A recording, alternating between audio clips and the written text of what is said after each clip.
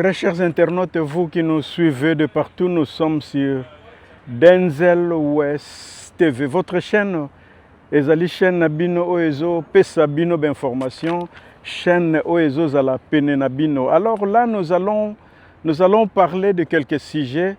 Et nous avons Fally Ipupa qui va jouer na Otubisone Suto Ebiango. Et nous demandons à tous les warriors bakende gosomba babiye na bango et gosala vraiment kitoko makasi. Ferrego là qui a un concert à Copa Box Arena. Tozo senga pe bokende Fabregas de même na Espagne. Oueranson de la forêt le roi. Na Forest na Belgique kuna bokende ko somba babiye et kosala bien na artiste na biso Koffi Olomide le quadra bo somba babiye na bino. Et aujourd'hui nous allons parler de quelques sujets oyo to solo la na émission oeleka qui concernant Lisaponge. Alors je pense que ezala qui sujet oyo dérangeant qui peut te belé, j'ai compris.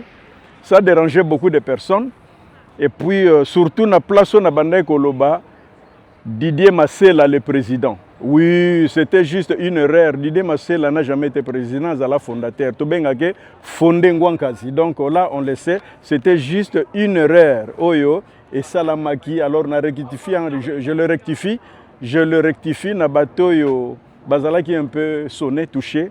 Donc voilà, c'était ça. Et aujourd'hui, nous allons parler qui est réellement le fondateur. Alors, les fondateurs de Wenge Musica. Nalo ba 4x4 de Wenge Musica.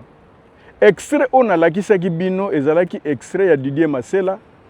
Tangu ye a expliqué biso Didier Masséla lobaki boye. Wera ayebaki Aimé Bwanga te.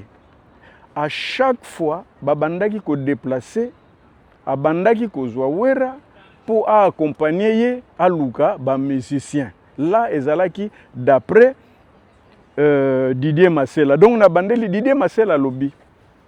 Wera ayebaka Aimé Bwanga te. Aimé Bwanga zalaki son ami. Alors à chaque fois zaki na posa akende Luka ba master na ye. Wera muto bandeli ko accompagner ye et pas ba Aimé Bwanga na batu nyonso oyo ye ayebaki. Loin, c'est Wera. Ona ye mutazo gendo tikanga. Nakuta na Zinzong, nakuta na Makaba, nakuta na Denostar. C'est-à-dire que tout ozo lukabango, lukabango. Lui, il était là pour m'accompagner. C'est mon ami. Mais c'est quoi le même? Non, Azaki proche nanga. Proche nanga. Bon, Azaki pe na ba intention, mais c'est moi qui faisais tout. C'est moi. Le bon on a ba massa nanga. Bazinzong, Badeno, cantique de cantique. Master. Badeno, Bazinzong, Badeno, Balé Makaba, Christian Zitou, camarade. Donc c'est lui qui m'accompagnait. Yakobenga Bango. Donc c'est le tout. Parce que tu venais de nous dire tout à l'heure que le tout premier musicien Yawenge, c'est Oueranson. Mais le bébé fils à Wenge, c'est qui? Quand je dis ça, tout le monde m'a dit, quand tu te dis, non, le tout premier c'est l'autre, pourquoi? Non, c'est mon ami, c'est lui qui m'accompagnait. C'est pour ça que je le taxe de premier musicien. Comme fondateur. Wana eza Didier Masséla Ngwankazi muto alobaki bongo. Étant fondateur ya Wenge Musica, alobi, ye ayebaki Aimé Bwanga. Alors à chaque fois bando linga ke pa ba Aimé Bwanga abano zo wera bando tambola po baluka ba chanteur na wera. Donc au début il y a pona bango ya Wenge na bango wera était là. Donc comme ye azaki fondateur donc automatiquement wera a commis sikoyo cofondateur ya Wenge Musica. Là c'est d'après version ya Didier Masséla na bandeli yango susu. Didier Masséla aleki na plateau alobaki Aimé Bwanga za camarade na ye. Soki azoke pas Aimé Bwanga abanda obenga wera a accompagné pas Aimé Bwanga. Je pense que je me suis expliqué clairement. Alors, comme yé alobi yé muto créaki wenge muzika aza fondateur. Babandaki kokende na ba wera. Koluka ba chanteur. C'est bien. Donc wera du coup a commis cofondateur ya wenge muzika ndenge zalaka kaka poto yebi na biso. Alors ngwanka Didier Masela yende fondateur d'après ye. Wana ezalaki émission auto salaka jour o elekaka wana. On a fait cette émission na jour wana. Alors lelo na lingi na sala une émission qui dit vrai. Est-ce que c'est Didier Masela qui dit vrai? Est-ce que c'est Aimé Bouanga qui dit vrai? Du coup, tokomi lokola na de fondateur mais wengeza moko. Si on a posa bo expliquer nga batutu bazolanda oyo analyse oyo.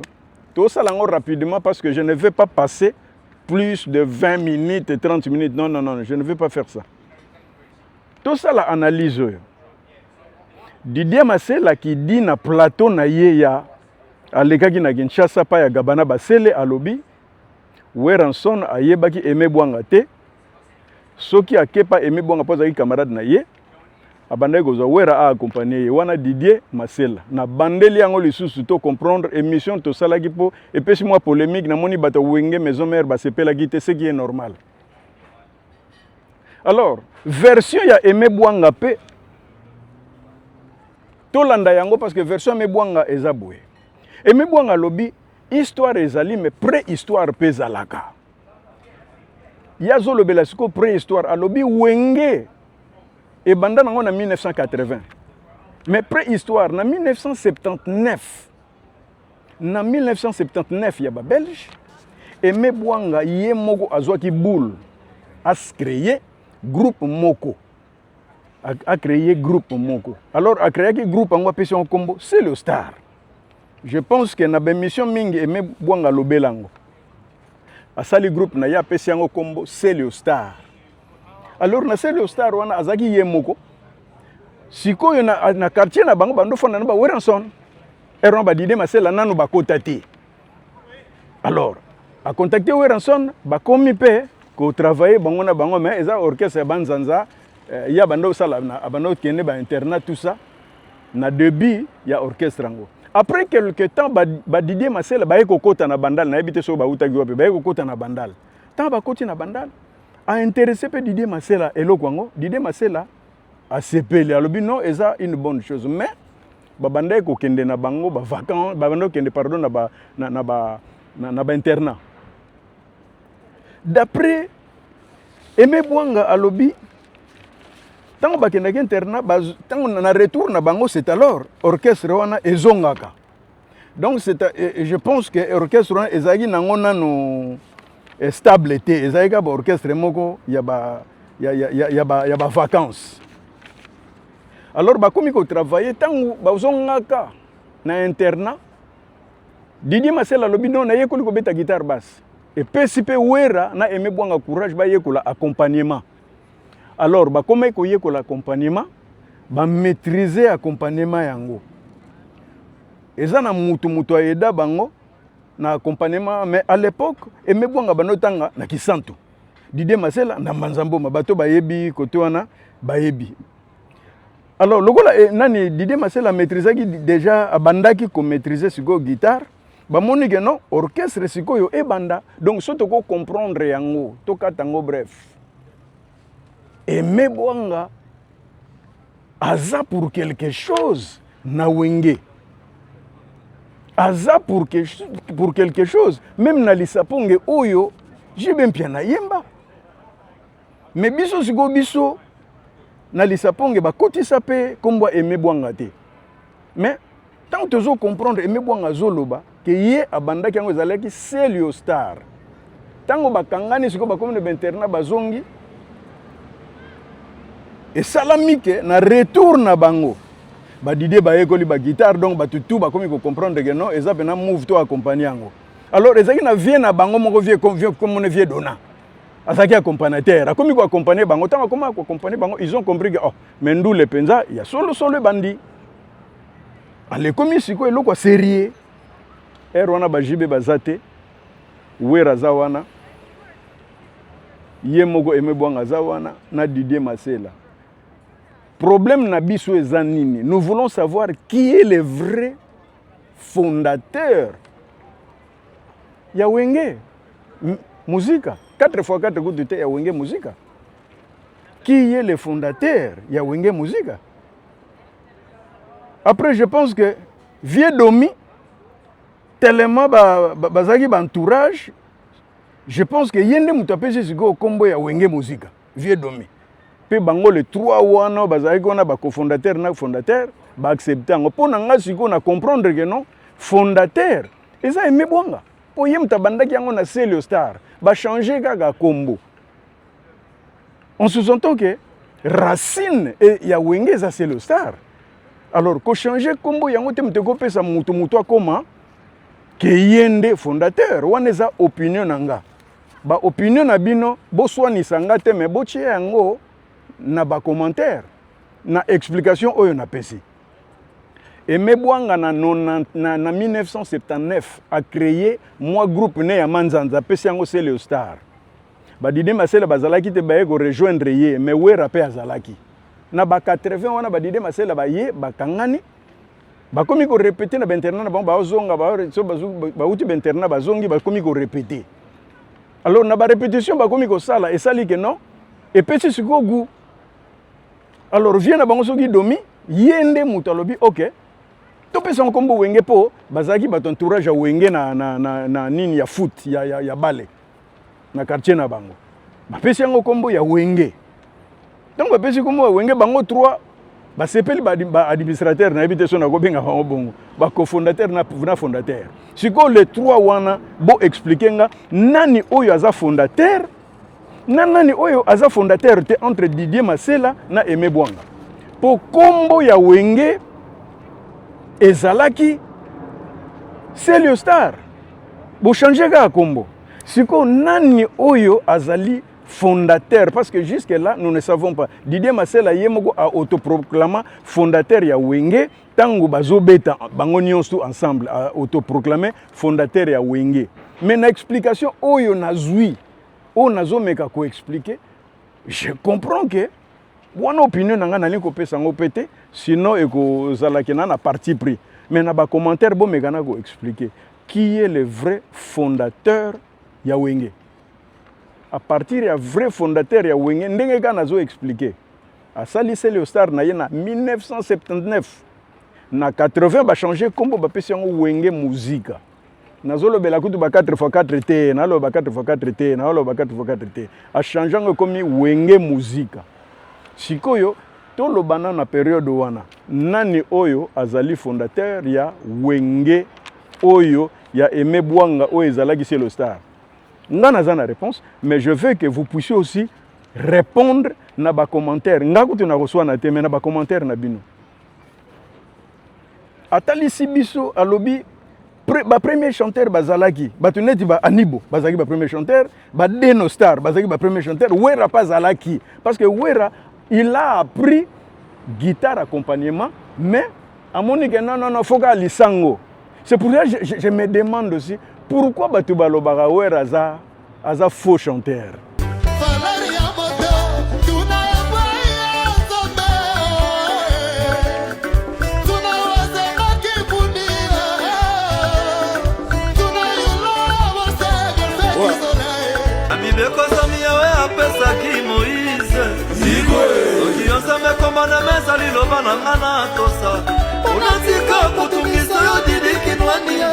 Pourquoi abanda makambo koyemba kala a maîtriser guitare donc oreille musicale ezali yango kuna amona ke Wera koma ko progresser siko parce que akoma ko progresser pour a maîtriser déjà guitare stratégie yango wana nyonso donc je me demande pourquoi balobaka faux chanteur. Toko dévier débat mais toko zonga kuna mais c'est juste une question que nazo poser na batu. Pourquoi balobaka faux chanteur? Pokaka soka ke na studio batu bazo la kisaye, je ne pense pas. Studio mon côté, nazo côté la Wera te mais nazo lobaka studio chanteur mon côté à côté studio. C'est donc que bala kisaye yemba boye chanteur mogote chanteur nyons tout à salaga derrière na studio soki bino na bino bokolakisa te mais vous allez remarquer que ba ingénieur bakoloba osali moi demi-ton ezalaka quelque chose soki nani grand chanteur non ezalaka ke muto asala demi-ton ezalaka muto a faussé ezalaka donc nakamwaka pourquoi bato babenga wera faux chanteur a expliqué biso que premier chanteur ezalaki Anibo Dinostar et wera pas azalaki na tak chant wana kutu jibe bazate mais batona tout bazalaka et après Aimé Bouanga Moutou asala tout oui asala tout selon l'explication na ye que Zing Zong pesa la po banda ko bango tout banda ko sala moi ko benga Zing Zong aya ko beta guitare solo pour maîtriser yango banda ko boya mais enfin to couper ka court hein Zing Zong aye après Zing Zong aya ko benda petit frère na ye bana quartier gaga mais aza petit en âge par rapport à Ale Makaba bengi Ale Makaba mouvement ndenge koma wana nga ma question c'est juste nazokende na nga na ba débat ebele te wenge sala boye wenge non nga ma question c'est juste qui est le vrai fondateur ya Wenge Muzika qui est le vrai fondateur nakoloba teke Didier Masela Aimé Bouanga mais nalingi bocha yango na ba commentaire parce que na explication oyo nga na zwina oyo nga na expliquer j'ai directement vu que Weranson le roi de la forêt pona ngai mais azana drogo sa li saponge na ye parce que yazali cofondateur direct numéro 1 parce que ni Didier Masela zala na masolo Didier Masela zalate Tibe bazalate bazala musika Aimé Bouanga koloko bazalaki et puis Weranson les deux donc du coup Wera a pleinement droit parce qu'à comprendre que lisaponge oya bajibe basalaka bachaka ba Aimé Bouanga te donc du coup Wera azana droit ya kosala lisaponge na ye na ebito opinion na bino eza nini tozo swana te boko mango ya kokoma opinion na bino eza nini c'est quoi votre opinion ezali nini na ba démarche na ndenge explication na pesi oyo pas na ba explication plus koleka a contacter chaîne na biso a expliquer biso mais biso problème ezalaki analyse très courte qui est le fondateur ya Wenge Muzika 4x4 te Wenge Muzika parce que au début Aimé Bouanga lobby ezalaki Celio Star après tango ba ko kutana bakoma bango 3 secondes Didier Masela vie ayeko pesa bango idée non to tia yango Wenge vie domi a lobby to tia yango Wenge bayeko tia yango Wenge donc to lobake aba point d'interrogation na lingité na milo banga moko mais je veux que vous puissiez commenter Botali Sabiso qui est le vrai fondateur ya Wenge Muzika na kokota na histoire JBT pour ne comprendre que JB azala mupaya aye na retard na sima bata Wenge BCB jeboli misangai selon histoire il y avait Aimé Bouanga na comprendre que JB azala mupaya ya na sima oui parce que na 80 azala na nouté Zing Zong a kokota na 81 après nde ba JB ba ye tout ça wana to lobela ngote biso problème na biso ezali qui est le vrai fondateur ya Wenge Muzika qui est le vrai fondateur ya Wenge Muzika 4x4 T mais Wenge Muzika. Alors là nous allons parler maintenant de Fally Ipupa oya kendaki na Château Rouge tomoni ba image na bato mosusu pe o bisu ba ko mona te toko tia mo ba image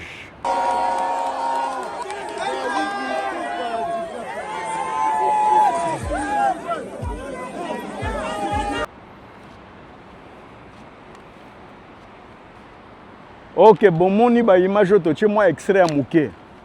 Est-ce que vous pensez que stratégie oyo fali à sali, quel que soit les clip, mais pour moi, c'est stratégie.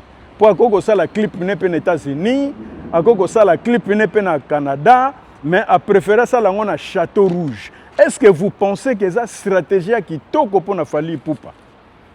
Alors moi je pense que je dis d'abord bravo à Fali Poupa pour stratégie oyo Fali Poupa a zui to a sali. Et ça stratégie beaucoup mais qui toko makasi. Moi je me suis dit mais Fali s'est éloigné na bateau bando lingaye. A s'éloigner qui a comme qui na ba ivoirien na ba étranger.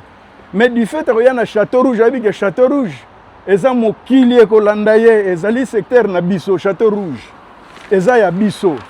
Ko kangamana ba maman ba partager moi amour wana et ça li plaisir moko impossible. Donc je dis félicite.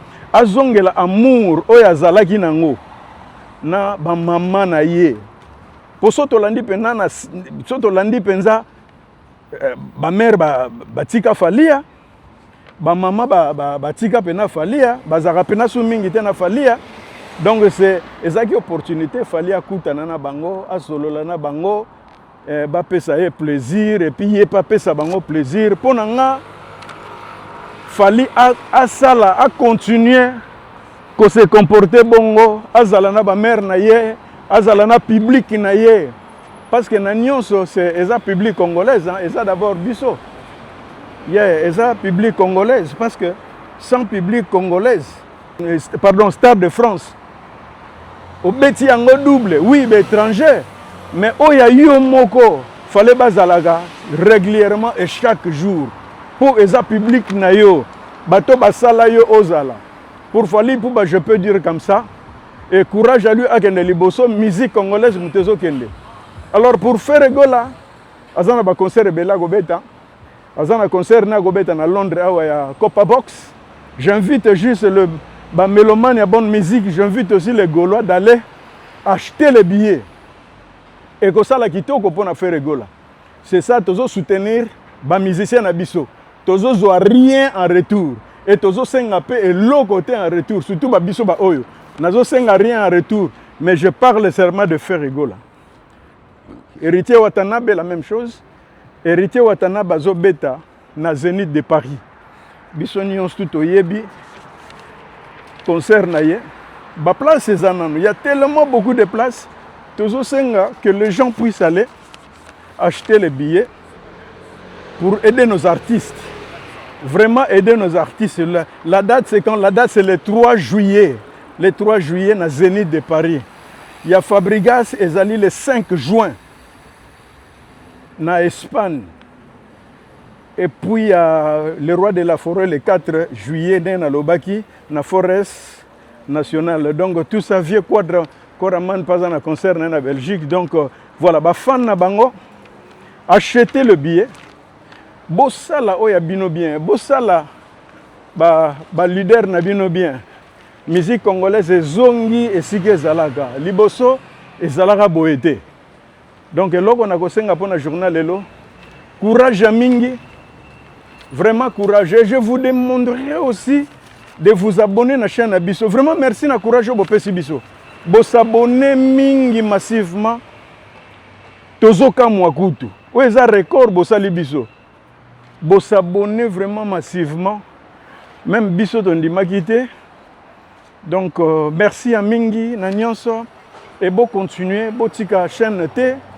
Ceux qui critique ezali et kozala vraiment mais maboka go fungwama pro biso tozana problème te critique ceux ezali bo pesa biso critique ceux ezali boyebisa biso ndenge tokoki ko bongisa chaîne o esali déjà 10 jours bo pesi biso 414 personnes objectif ezana 1000 donc toute personne azozwa lien na biso ceux qui beaucoup ko partager vous s'abonner et puis vous cliquer cloche de notification pour ba lien surtout oyo toko banda gotia bon monarango yango eza posa na biso. Alors tosuki bongo ye nazozonga nzamba lola sala bino bien nde nalobaka kaka kolala kolamuka eza habitude te kolala kolamuka eza ngolu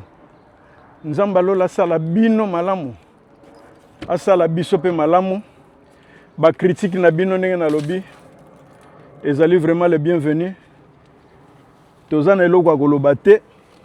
Merci na batu nyonso oyo basabonaki. Merci na batu nyonso oyo bapesa biso confiance. Mingi ezali ya koloba. Mais tozo senga bopesa biso toujours confiance. Nzamba lola akosala bino bien. Merci mingi. Allez, bye bye.